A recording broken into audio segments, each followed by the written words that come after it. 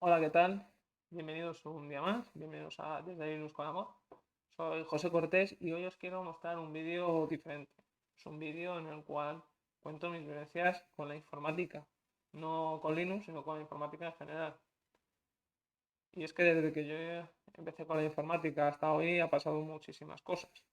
De hecho, yo me inicié en la informática en torno al año 96-97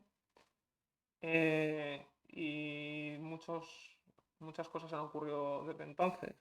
O sea, pasamos de utilizar el Microsoft Windows 95, eh, que el Microsoft Windows 95, que era algo novedoso ya, el sistema por ventanas y demás, eh, y que se aprendían, las cuatro cosas que se aprendían eran lo que había en la época. Hasta ahora que los niños pues manejan con soltura tablets, móviles, PCs portátiles, cualquier dispositivo electrónico que llegue a sus manos. Ellos son capaces de poder instalar, actualizar, ejecutar cualquier aplicación, incluso enseñarte a ti cómo manejar esa aplicación, es así, ¿no? Digamos que la evolución de la tecnología ha hecho que el concepto de informática y el concepto de equipos de consumo personal haya cambiado. Yo recuerdo cuando me inicié con la informática, que era una bola informática pequeña, con unas cuantas estaciones de trabajo, que eran PCs de sobremesa. Y, y claro, teníamos esos equipos en red, pero no estaban conectados a Internet. La mayoría ni siquiera podíamos conectarnos a Internet. El profesor podía monitorizarte lo que hacías y te ayudaba, te daba asistencia. Estamos hablando de finales de los 90, año 2000. Pues empiezas con Windows 95. Yo empecé con Windows 95, aquel Windows 95 de la época. Ese sistema operativo con ventanas que tenías muchísimo que aprender. Te tienes que aprender a manejar con ficheros, navegación por carpetas. eh, Empezabas a iniciarte también con el uso de herramientas ofimáticas, el navegador web de la época, ¿vale? Que está hablando ya quizás un poquito posteriormente. Y mucho ha cambiado desde entonces. Yo estoy hablando del caso de España. Supongo que en otros países, pues el operativo que se emplearía sería o Microsoft u otro tipo de operativo. Estoy hablando de mi época. Eh, en otros sitios, pues funcionarían con los antiguos Commodore y con su sistema operativo. Yo eso no lo he vivido, no puedo hablar de ello. No puedo hablar de ello, sí que he visto PCs de estos antiguos, que son una pantalla de fósforo bueno, pues tenía un operativo muy, muy básico, y era casi todo para jugar y poco más. Y que funcionan con disquetes. Eso los he visto yo. Incluso algunas he cogido alguno, pero claro, de uso habitual. Pues no había, en mi casa no había posibilidad de tener un PC. Llegó tarde, el primer PC en mi casa llegó en el año 2002, hace ya 19 años, y es cuando yo me inicié realmente con la informática, ¿no? Con 10 11 años empiezas a saber cosas de informática general, pero tu primer PC llega a casa más tarde. Pero la verdad es que tener un PC personal en casa era un lujo porque de la época. Yo en el año 2001 creo que el ordenador que compró mi padre le costó 1000 euros. 1000 euros. Estamos hablando de para todavía pensamos un poco en pesetas. La tecla a mí me pilló pequeño, pero son 165.000 pelas lo que costaba, que era muchísimo dinero, era prácticamente un sueldo, ¿eh? Bueno, he dicho que cada uno se inicia en la informática, depende de en qué época te toque, pues te toca iniciarte con un Windows o con otro, y con unos avances tecnológicos que hacen pues, que la tecnología portátil gane enteros, y ya empezamos con aulas con tablets, el uso de PCs portátiles, el uso de smartphones, la erupción de la tecnología móvil con Android y, digamos, el uso masivo de smartphone, pues hace que todo el mundo maneje un sistema operativo de forma habitual, que es Android, y que poco a poco los sistemas operativos, vamos, los equipos de sobremesa vayan cayendo en desuso. Es así, porque lo que antes hacías con tu PC, lo puedes hacer ahora con tu teléfono móvil, una cámara y poco más, porque cualquier teléfono ahora tiene acceso a internet. Con tu cámara y las 4 aplicaciones de correo que hay en el mercado y poco más, navegación de archivos, conectarte a la nube y demás, puedes trabajar con tu smartphone y que llevarte siempre a la oficina contigo. Y es así. Pero bueno, yo este vídeo lo que quiero focalizarlo es hacia el ámbito educativo. Y bueno, Microsoft al principio, hace unos años, cuando empezó todo el tema de la informática de consumo, del usuario, ¿no? Del usuario, acercar al usuario a la informática, ellos ocuparon un nicho de mercado que era en las escuelas, en los centros de formación, en los cuales, pues bueno, se impartía docencia de informática, patrocinando el uso de su operativo del momento. Y no es reprochable, porque yo creo que eso lo hacen constantemente eh, todas las grandes empresas, ¿no? Cuando van a las instituciones públicas a formar en un determinado ámbito, por ejemplo, uno que yo conozco es el de la automatización, pues van con su operativo, con su programa, con su software y te enseñan a manejar ese software, ese operativo. Cuando tú sales al mercado laboral, eh, esos posibles integradores de sistemas o, o desarrolladores, pues lo que van a exigir en cierta manera es que, y si tienen posibilidad de ellos participar en todas las fases, pues posiblemente vayan a elegir siempre aquello que conocen. Lo que conocen es, pues, el método de automatización, por ejemplo, aquí en España y en Europa, muchos Siemens. En Estados Unidos posiblemente Allen Bradley, en fin, Onron, el que le toque, ¿no? Aunque yo creo que el que aquí en España por lo menos está copando todo es Siemens, que se encarga de hacer buenos patrocinios, no solamente en centros de formación, sino también incluso en algún que otro eh, evento, ¿no? Eventos, digamos, de competiciones nacionales, etcétera, pues ellos son patrocinadores de ellos, ¿vale? Pero bueno, esto sería otro tema un poco aparte, pero al final que va ligado un poco, ¿no? A por qué Windows triunfó mucho en el principio de la informática, ¿no? Cómo fue deslizando poco a poco su producto en las instituciones públicas y en los centros de formación. ¿Vale? Y es cierto que yo nada más que he visto Linux aquí en España, en Madrid, yo empecé a ver Linux en la universidad. No vi Linux antes, en un centro de formación. ¿Vale? Siempre era Microsoft de turno. Casi siempre era Windows XP, por la edad que tengo y por bueno, el operativo que me tocó a mí trabajar con él. Eh, Después, seguramente, y si tan seguro, empezó con Windows 7, Windows 10, etcétera.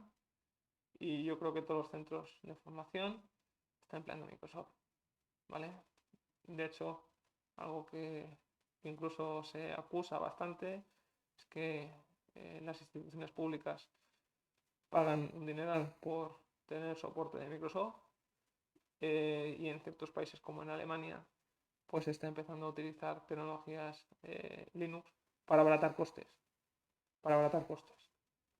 porque el emplear Microsoft no es gratuito. Una licencia de Microsoft puede costar cientos de euros aquí en España, cientos de dólares en América, y cada equipo que se emplea en una determinada institución, en un determinado, pues eso,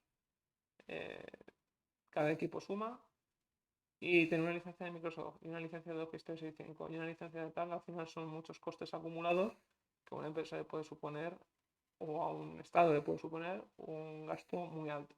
Entonces, sí que hay una cierta migración a herramientas open source eh, que yo personalmente aplaudo. Personalmente aplaudo. Bien, el- las tecnologías libres a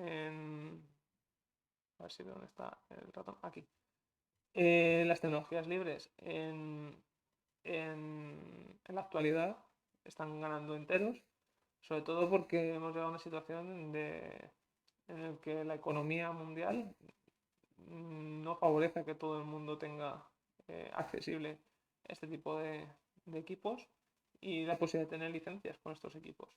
Entonces hay iniciativas como por ejemplo la de Raspberry, eh, ya una iniciativa y un proyecto longevo, ya tiene 12 años,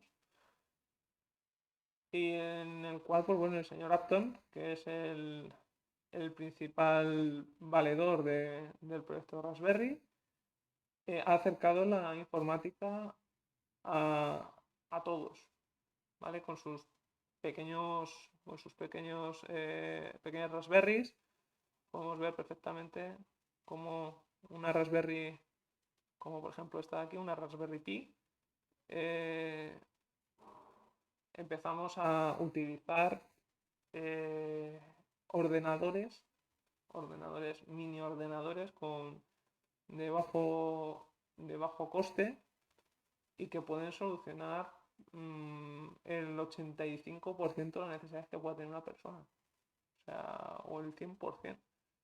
Evidentemente, el hardware que lleva integrado es un hardware modesto, son procesadores modestos, son procesadores ARM los que llevan montados, pero que sirven pues, para múltiples propósitos. Puede servir pues, para equipos pequeños, pues, para un uso ofimático, un uso de navegación web, etcétera, e incluso pues, para hacer alguna que otra pequeña programación y demás, puede servir perfectamente este tipo de equipos. Yo particularmente tengo una Raspberry Pi 3, le doy un cierto uso, bien es cierto. Ojalá le diera más, pero digamos que tampoco tengo tiempo. Y tengo pues instalado pues mi Raspbian o alguna vez también incluso he instalado Linux Mint Mate, o sea un Linux Mate, perdón, un Ubuntu Mate o cualquier otra distribución ligerita que pueda correr bien. Y yo le he utilizado de forma funciona perfectamente para navegar web y hacer un uso ofimático correcto, pues sí que vale. ¿Vale? Es el modelo de 1 GB de RAM, o sea que es correcto, su uso es correcto. ¿Vale? Bien, pues el proyecto Raspberry quizás ha dado un paso más porque la Raspberry Foundation se está encargando dar, eh, de dar soporte a la informática de consumo y para gente que tiene pocos recursos. Y es llamativo, por ejemplo, disponer de un PC integrado en un teclado por $70. O sea, está todo integrado dentro de un teclado. El señor Upton, pues, ha, ha dado origen a un ordenador, a un PC, que es económico y que acerca la informática a cualquiera. $70 estamos hablando que no llega ni vamos, tienes PCs por 10 veces más. PC con, con tu monitor y demás, puedes tener un PC por 10 veces más. La verdad es que este no más que es el teclado, que viene integrado pues con todo el hardware, pero tienes un procesador y tienes lo que es el conjunto de PC, lo tienes por $70. A mí particularmente me parece una alternativa fantástica. No es un mal PC, Ahora vamos a ver las características del mismo. Y seguramente sorprenda si, al que las pueda tener, ¿no? Mm, Vemos aquí lo que puede ser una estación de trabajo y aquí vamos a ver las características, ¿vale? Como veis tiene aquí un puerto de 40 pines de propósito general, un GPIO, tiene una RAM SSD, dos puertos de vídeo, luego aquí tiene sus puertos USB 3.0, un puerto 2.0, un RJ45, vemos el teclado, ¿vale? Es un teclado, pues que bueno, en función de tu distribución de teclado, pues tendrá la opción de tener pues, la ñ y demás. La distribución del teclado, la variante de teclado que necesites. Aquí vemos en detalle por uno de los puertos. El tipo de tecla es un tipo de tecla de este tipo, no sé si se llaman, de estas que son tipo chicle, creo que se llama. No, tipo chicle no. Son como las del Portok de este que tengo, no sé cómo se llaman las teclas, pero son de estas que son de pulsaciones que no son mecánicas, que no notas tú el ruido, son bastante blanditas estas teclas. Y vemos aquí el tamaño es pequeño, ¿vale? Aquí está alojado el hardware, vemos que el tamaño es el de un teclado, como el de este teclado, más pequeño que el de este teclado posiblemente. Y totalmente funcional, ¿vale? Aquí habla del procesador, es un quad-core, una ARM, de 64 bits, con 4 GB de memoria RAM. 4 GB. Es decir, podemos comprar una licencia de Windows e instalarle en Windows 10, por ejemplo. O podemos instalar un Linux Mint, o le podemos instalar un Debian, o podemos instalar lo que queramos. ¿Vale? Con 4 GB de RAM podemos correr ya un sistema operativo en condiciones. Y encima soportado ya, porque son 64 bits ya. Evidentemente los 32 bits hace ya tiempo que agonizan y que muchas distribuciones Linux pues ya no dan soporte. Entonces, pues bueno, seguir fabricando procesadores de 32 bits, más con la tecnología como avanza, no tiene sentido, ¿vale? Y por $70 podemos tener un PC. Y esto es algo que yo creo que se tiene que fomentar. Se debe fomentar esto, el uso de tecnologías libres, el uso de una Raspberry en detrimento de un PC montado con Windows, porque eso tiene unos costes. Y quien dice Windows dice MacOS, dice cualquier equipo que el coste de la licencia prive a que una determinada institución, un colegio, un centro de formación pueda adquirir este tipo de hardware. Y además se forma al uso de tecnologías libres, que no quiere decir que las tecnologías privativas sean malas. Lo remarco esto, porque no hay que demonizar a Microsoft ni a cualquier otro ni a cualquier otra empresa que tenga un software privativo. Yo no demonizo eso. Yo no soy tan extremista. A mí me parece que todos tienen su nicho de mercado y la necesidad pues que se fomente el uso de tecnologías libres frente a otro tipo de tecnologías y que tenemos que ser libres para elegir. Pero yo creo que hay que formar a la gente en tecnologías libres para que ellos se puedan decidir si continúan por ahí o si ven que ciertas herramientas privativas le van a dar mejor soporte en su futuro laboral, en su futuro personal, pero yo creo que es lo que hay que hacer. Y las instituciones se tienen que preocupar de eso,